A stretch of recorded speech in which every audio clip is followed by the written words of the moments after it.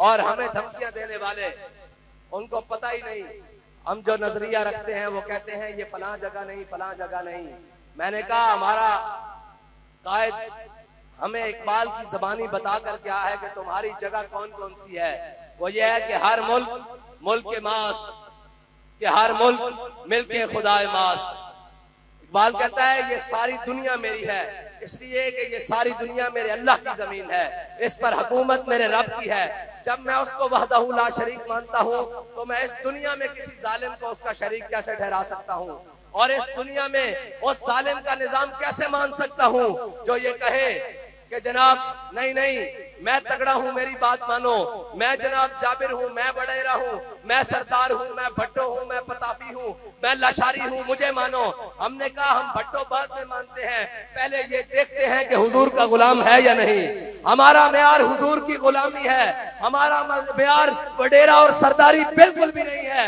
अगर तुम वडेरे बनकर आओगे तो हम तुम्हें अपने पाँव की ठोकर पर रखेंगे, और अगर हुजूर के गुलाम बन के आओगे तो अपने सरों के ऊपर सजा लेंगे। या रसूल अल्लाह लब्बैक लब्बैक लब्बैक या रसूल अल्लाह लब्बैक लब्बैक लब्बैक या रसूल अल्लाह लब्बैक लब्बैक लब्बैक या रसूल अल्लाह लब्बैक लब्बैक लब्बैक या रसूल अल्लाह। क्योंकि इस्लाम में बिरादरियों का तसव्वुर होता तो इस्लाम पहले उनको कबूल करता, लेकिन इस्लाम में बिरादरियों का तसव्वुर नहीं।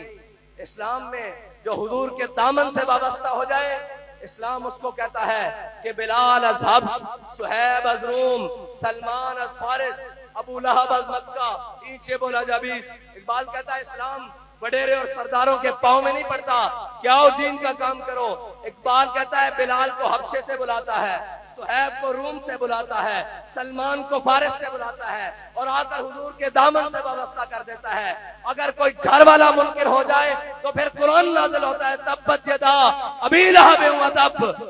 इकबाल कहता है फिर करता क्या है। हजरत सलमान फारसी से किसी ने पूछा कि जनाब आपका नाम क्या है, तो हजरत सलमान फारसी ने ये नहीं कहा कि मैं फलां का बेटा हूँ। आपने फरमाया सलमान बिन इस्लाम बिन इस्लाम बिन इस्लाम। फरमाया सलमान इस्लाम का बेटा, इस्लाम का बेटा, इस्लाम का बेटा, इस्लाम का बेटा। और ये तुम्हारे पास जो बदमाशी के अपने गुंडे हैं और अपने जनाब गुर हैं, ये सारे अपने पास संभाल कर रखो। तुम्हारा पाला भी हुजूर के गुलामों से पड़ा ही नहीं। जाकर फैजाबाद की जमीन से एक मर्तबा पूछ लेना कि रसूलुल्लाह के गुलाम जब आते हैं तो फिर किस शान से आते हैं।